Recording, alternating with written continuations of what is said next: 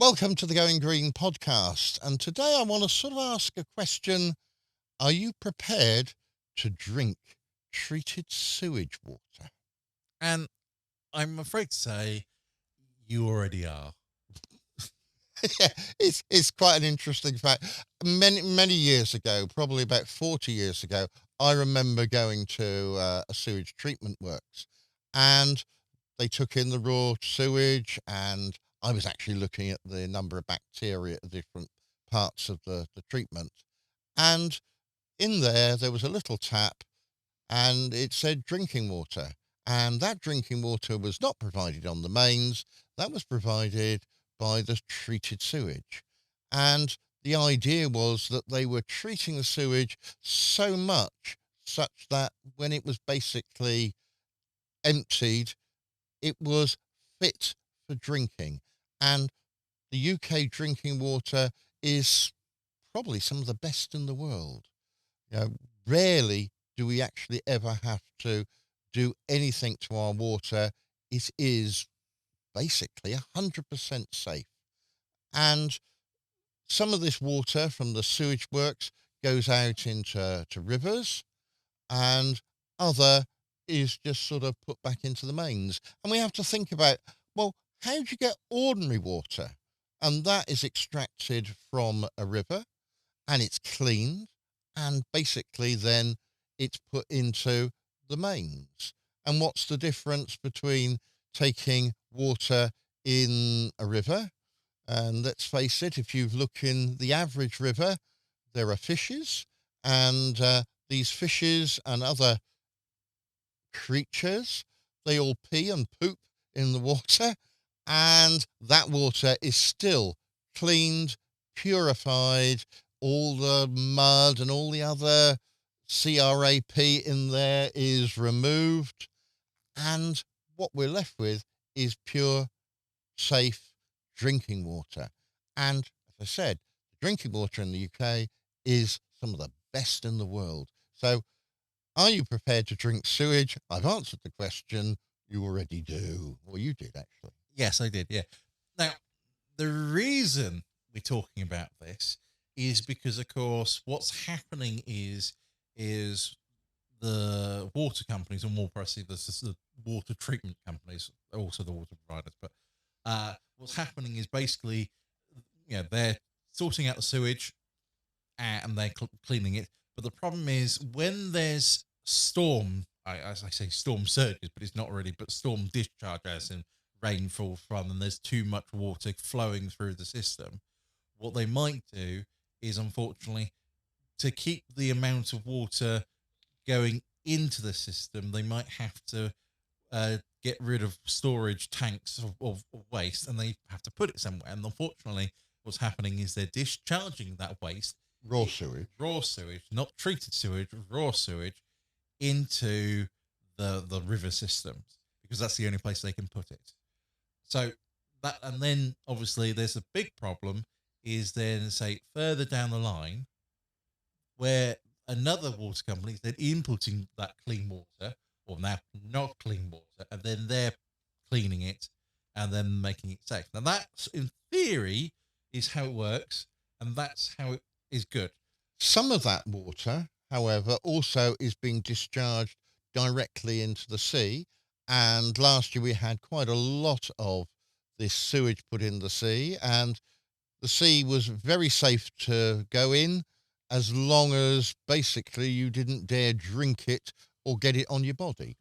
Yeah, because the major problem is with this is actually the decontamination, or more precisely, the contamination of clean water with sewage, and then you sort of mix then seawater and sewage, and suddenly it's an absolute environmental mess.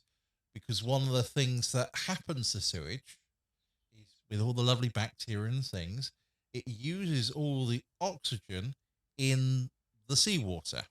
You might say that's not bad, but what if you're lovely a little plant or a little bit bacteria? You sort of need that oxygen in the water to live off, and the bacteria from the sewage is eating it all up to. and so suddenly it all dies. So now you've got a patch of sewage that is basically adding more, I say, biomass to it. Nitrogen and other Yeah, fertilizer, isn't it? yeah, basically breaking things down like almost like a landfill, and suddenly it's then putting all these not necessarily super toxic, but things that are not are hazardous to one's health, but are not sort of unnatural to the environment, just unnatural to that place. Uh, yeah, or it's more the concentrations are increased, so that sort of thing. They're not then able to get expose of these things or to Well, get rid of them. there is something about an algal bloom, and especially in freshwater, and we've seen, Paul and I have seen this in canals as well. The water contains an awful lot of these extra sort of nutrients, we'll call it, and these nutrients create ideal living conditions for algae, and the algae grow. We call it an algal bloom, and we see that in the sea, and we see this in our rivers, and terrific amount of green in the water.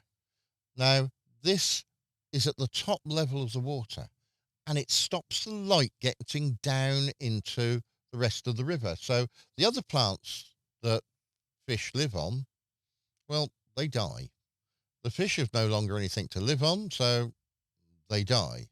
And the algae start running out of this sort of sewage. They sink to the bottom, they decompose, and then we get a lovely sort of black, stinking water.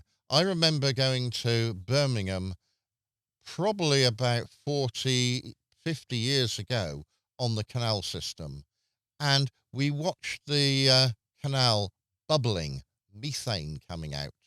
I know it was methane because I tried the trick of throwing the match in the water, and it burst into flames. Not much. So there was all this putrid water, and we reckoned as a joke that if you fell off the boat, there was no point trying to pick you up because you wouldn't sort of drown in the canal. You'd just be poisoned to death in the canal. Now, if of course, if you go to the Birmingham canals, they are really clean. They don't have all this raw sewage in them. The water has been cleaned. Things like rivers like the Thames have been cleaned up. There's no more, rarely, raw sewage put into them. And so they're much better and much safer. As for ecologically, they're also much better. But as Your I said, experience in being in the Thames. yes, yes, yeah, it is gritty, but that's just a different thing. But anyway, You have to tell people why. yeah, well, falling in, sandy, which is daft. Anyway, but the point is, with all this now sewage cleanup effect, how everything's now nice and clean and going, the health benefit, obviously, of clean water is it actually spreads less diseases.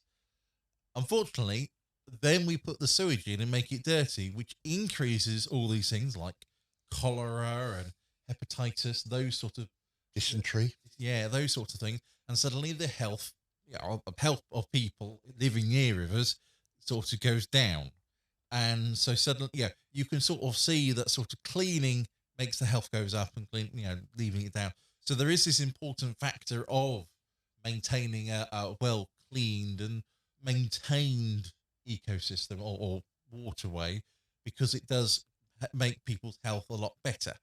So we're not saying, but it is this idea that unfortunately there is a system of antiquated river I would say sewage pipes and sewage systems where we have the storm discharge and how it feeds and overflows and all these sorts of into places there that, not that they shouldn't go into, but it's the amount. And then additionally, some of these companies have been basically thrown away, not when it's storm discharge, because of course their capacity, they've got too much sewage coming at them, and so they have to, well, we can't take any more, but it's a constant flowing system, so we'll just have to get rid of it, and that is what's problematic. If you go onto a website which is called the riverstrust.org, they now do a sewage map of all the water in the country, all the rivers and canals, with sort of as up to date data as they can of all the discharges. And if you have a good look at this sort of map, there's barely a river that hasn't got some sort of sewage dumped in it at some time or another, which is sort of quite worrying.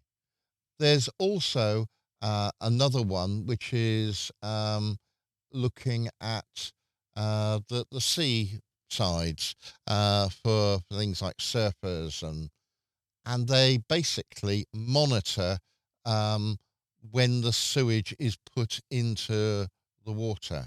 And so we can also have a look then at the local coastlines, and there are websites there that will monitor how much sort of sewage is in there, and they record when it's gone in.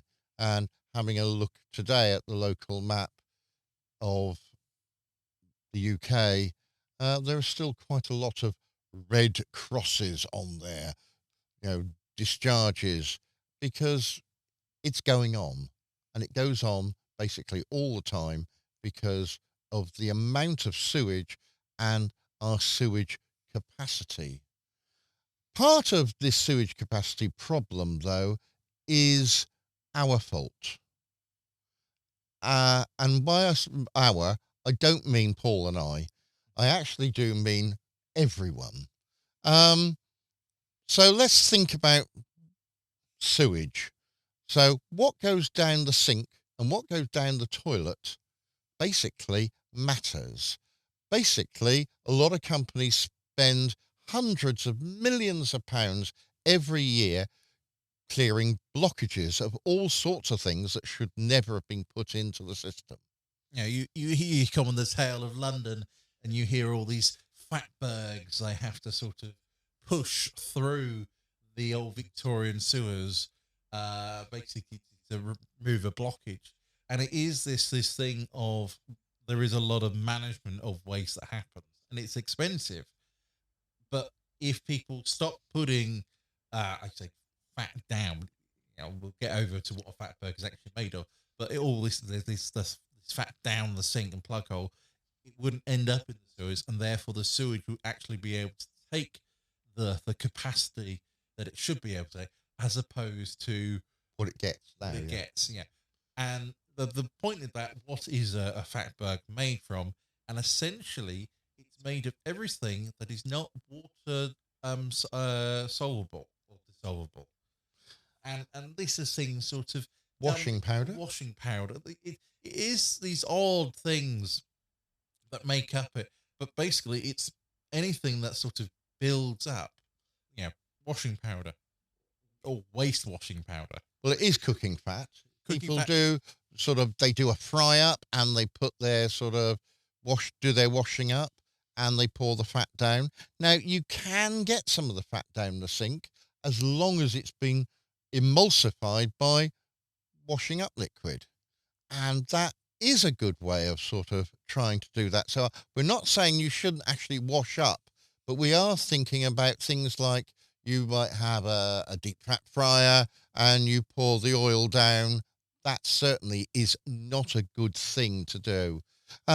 Even actually, gravy's not really one of those good things. We have a special gravy little boat, haven't we? Yeah, it's a very nice little one, and basically it's the spouts at the bottom, and so all the nice juices of the meat go to the bottom, but all the fat in the sort of the mixture rises to the top. So then we're only separating the good gravy juices and keeping all the fat on top. But What do we do with the fat, and Paul? then the point about once we've got this like a pot of fat effectively because we removed all the juices underneath, you see, and it's all solidified because it's cooled down, is then unfortunately we take that solid fat and we just put it in the food waste. Because of course, it's not a liquid anymore because well, it's not hot, and secondly, it's not mixed in with all the gravy juices because it's allowed to separate. And it's then we just put it in the food waste because effectively that's what lard is, as in animal lard, in this case. And sort of that's where you should be processing and putting these sort of, the deep fat fryer. The answer is, if it's, unfortunately, olive oil, or if it's a deep fat fryer, usually made from sunflower, in which case sunflower is still liquid at room temperature, as opposed to a lot of meat fats which aren't. That's how it is. And so, this is But there are places you can get rid of that. yes, yeah. Basically, all they do is just they put it through, they clean it because it's still oil. Yeah, this is where you refine it back through. You take waste and you can turn it into, you hear the thing commonly about how many engines are made from recycled sunflower oil. All the companies say they do. There are certain food chains, and they power their lorries by the oil from the deep fat fryer, and yeah, you can burn that.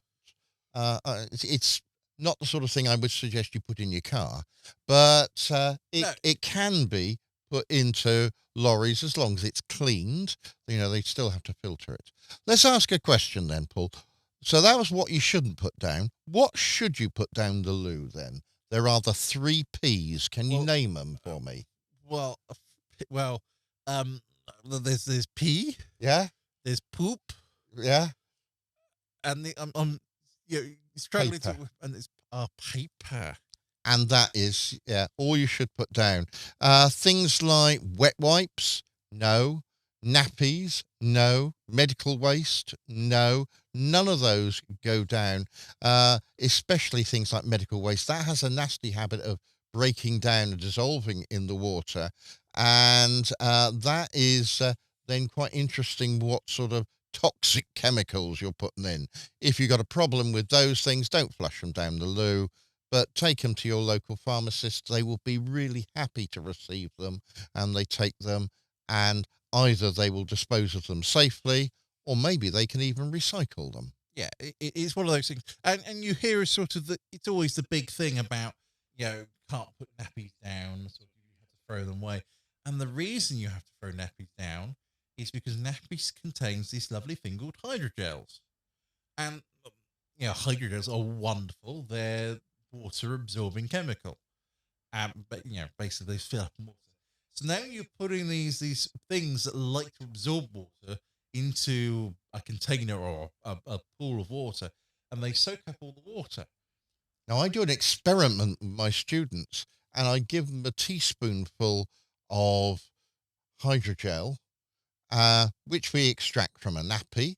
Well, all right, they extract from a nappy, and they've got a teaspoonful, and we take bets on how much water that hydrogel can hold. And so far, the scores go something like about 500-0. That's 500 to Philip, nil to the students, because they don't get anywhere near the amount of water that hydrogel can actually absorb. Yeah, and yeah, as I said, it's a wonderful thing, and there is use for it.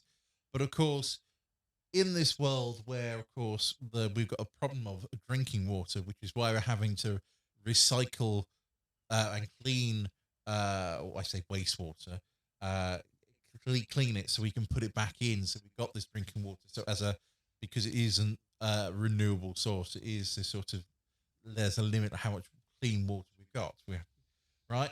If all it's going into the hydrogel, of course, then you're basically throwing away water, which is actually quite valuable in its case. And the only way to deal with hydrogel is, unfortunately, once it's absorbed, you can't bake it to get the water out. That's not how it works. It just stays there.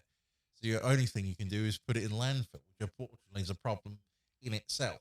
But yeah, we're just saying once it's used up, once you put water on hydrogel, you can't get it back out. And you don't want hydrogel plastic, which is basically what it is, Yeah. getting into the sea, because the little fishes are going to eat that, and then you're going to eat the little fishes, and then you get that plastic inside you. And so that's really not a good idea. We find hydrogel in all sorts of things, and it's not just hydrogel, but basically, what do you put down the sink? Basically, water. if you're going to go to the loo, pee, poop, and paper, the three P's. And basically, you don't really want to put anything else down there. Do you want to put down concentrated washing up liquid? No. Basically, most people use way too much washing up liquid anyway. And Yeah. if you use a lot less, you find you can still wash up quite nicely. And of course, it saves you money. So it's a win-win situation. But in People relation, only, yeah, I was going to say that people generally only put things like washing up liquid down the sink when they're trying to get rid of all the fat that they put down that they shouldn't have done either. yeah, that's the thing. But we're talking about other things. Say, you cleaning the loo and those sorts of things, and how much bleach you're putting down. And the answer is actually not too bad amount of bleach because it is is mixed with a lot of water. And bleach does break down. Yeah, which is and that's fine. But it is all the other extra cleaner products you're putting in. Yeah, this is where a lower constant maintenance loo is better than sort of having this an awful loo that you clean, say, once a month. If you just do a little bit at a time, it's a lot easier because there's a little bit of, like, say, contaminant, let's say a little bit of bleach in the system, as opposed to basically filling the whole bowl full of bleach and then pushing all that through. Other things that are very vital is hair. And how much hair do you molt in the shower? The answer is quite a lot. And essentially it's for unfortunately for the ladies who've got long hair. Blokes can have them too, but it is dealing with long hair. Is unfortunately they get tangled because there's a lot of vents and sort of plates, obviously to stop the hair getting through. Except the problem is with hair, how thin it is, too much of it forms basically a mat. And then no water can pass through that mat because it's just basically, it's like a filter, except it's now filtering water. Or not filtering water is more the constant problem. And the fat sticks to it. And then the fat sticks to it, and then that's how it creates the fatberg, and then someone has to basically go and clean that grate. And the answer is, why you have that grate in the first place? Well, the answer is, but it saves time on the filtration because we're not having to filter out the hair and all those sorts of things. They're only trying to do more water soluble things. So one of the critical things, of course, on on the bath plug is make sure I have not a filter, but sort of a grate on that. And I know it's not most things have grates, but it is to be mindful of cleaning that grate, throwing that grate, the disposable, the waste, and putting it into a food bin, and not just keep flushing it down, pushing it more down the system, because it shouldn't go, into the water treatment. It should go into the land disposal, the land waste, or because it is, because hair doesn't degrade in water, it degrades in air. Funny enough, it's just how those things go. When we get sewage, what actually happens is that the raw sewage is transported along our waste sort of water system, the foul water system as it's called, to our sewage works. And generally, the start is the process is a grate. And that's taking out all the things that shouldn't be there, like branches and all sorts of other things. Then all the solid stuff in there, and poop isn't one necessarily the solid stuff there because it's also already been sort of largely liquefied. That stuff is then sedimented out, and that is a useful supply of all sorts of nitrogen and fertilizers for farmers. I remember being on the canal and one of the farmers going by with his little tractor muck spreading.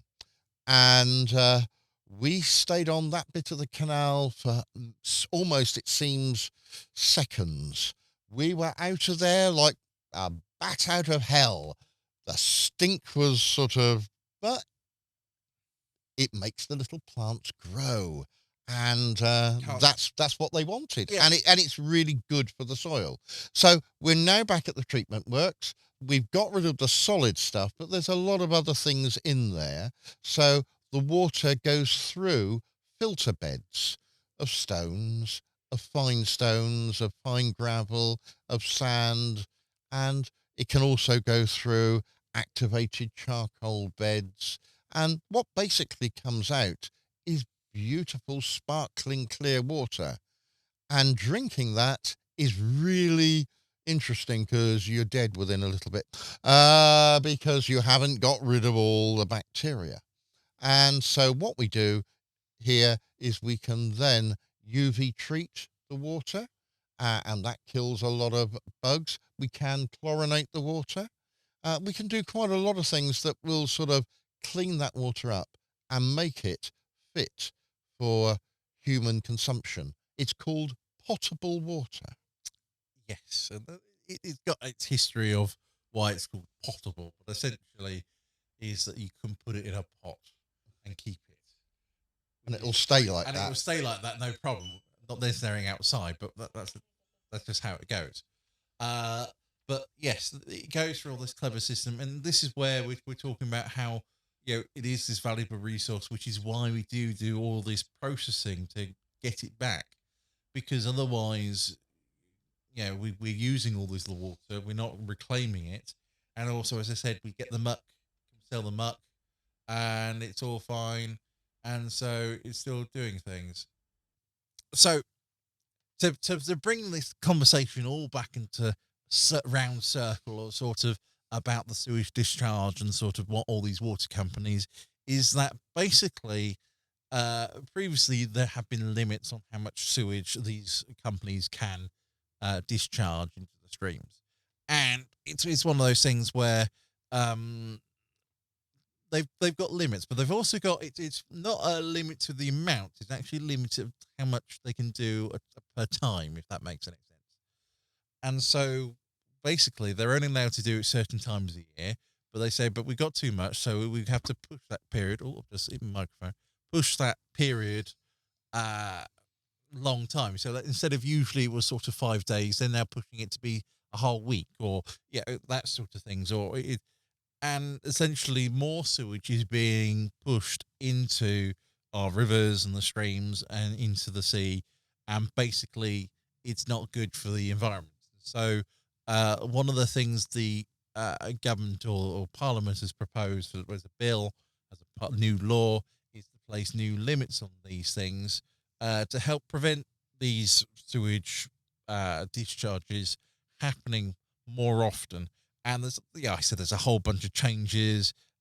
Basically they want to give more powers to Ofwat to fine the companies for Which is our water regulator. they are water regulator Ofwat, because they want to do management. They also want the water companies to report more. They want to, but instead of saying give them more money so they can report more, they said no, you got to work with the money you've got to report. And it's other things like they sort of they want to see water boards actually have an environmental representative so they can make better policies. A whole lot of bit of more legislation to go in about all of this, on top of all the stuff that they've already got from Ofwat, but they could give Ofwat a bit more power to say, can they discharge, what they can discharge, and for how long, and sort of, if they are discharging, what they're doing for the climate cleanup, essentially. It's making them more accountable. Basically, I think the idea is the government are trying to make sure there isn't a financial return for these people that are doing pollution. Yes. Yeah. That's the basic idea, really, that if your water company can just get rid of this problem and we're all doing fine, thank you. I know we've polluted that river, but don't worry about that. And now we've made lots of extra money. They shouldn't get away with that. And so that's part of this idea of making sure that Ofwat is regulating what's going on. Part of the problem, I suppose, is also due to there wasn't enough money invested in the water infrastructure over the last few decades, really. Yeah. And we're seeing the problems of that now. Yeah, it's as I said, the sewage system is an old, antiquated system, and there are some parts of the network that are very old, and it is to sort of deal with sort of the throughput, as in with the increased population. There is more sewage that we just haven't got, we can't deal with, and so they need to be looking at that. But of course, not many people are interested in investing into a sewage plant. It's one of those boring things, sort of, oh, I want them to be investing in sort of clean power as opposed to a sewage plant. It's sort of a bit, you know, I was going Well, to say bit nasty, but one of the best things that I ever did, I took my students to a sewage works, and they all went beforehand. They were going, "Oh, I don't want to do this. Oh, PU, yeah, it's not going to be nice." And they all came back terribly enthusiastic of what could be done and what was being done, and they didn't find it a horrible, smelly place.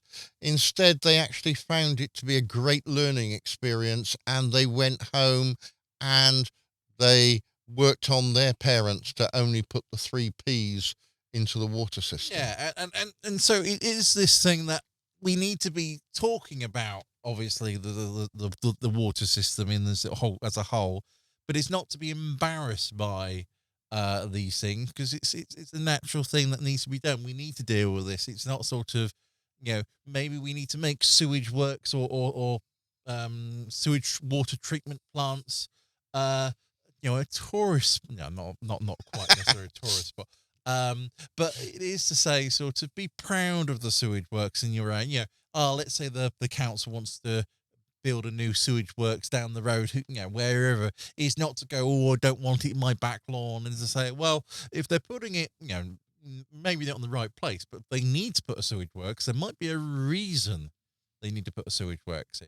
And so it's not to sort of say, oh, I don't like it, and sort of go, maybe not necessarily, there, but could you move it like 5 foot that way? Or is Yeah. basically it's the spark a conversation, not of prevention and sort of deliberate force against, but to actually have a conversation about sort of what do we need as a country, as a species, or even as humanity. We do need sewage treatment. We do need places, other places need sewage treatment, and those to stop these, because it makes public health so much better, and that's the benefit of why sewage treatment should be, uh, uh, you know, thought of occasionally. You've been listening to the Going Green podcast. If you're lucky, you've also been watching it. We will see you next time when we'll have a look at another thing that is affecting going green. Until then, it's goodbye from me. And a goodbye from me. Bye bye. Bye.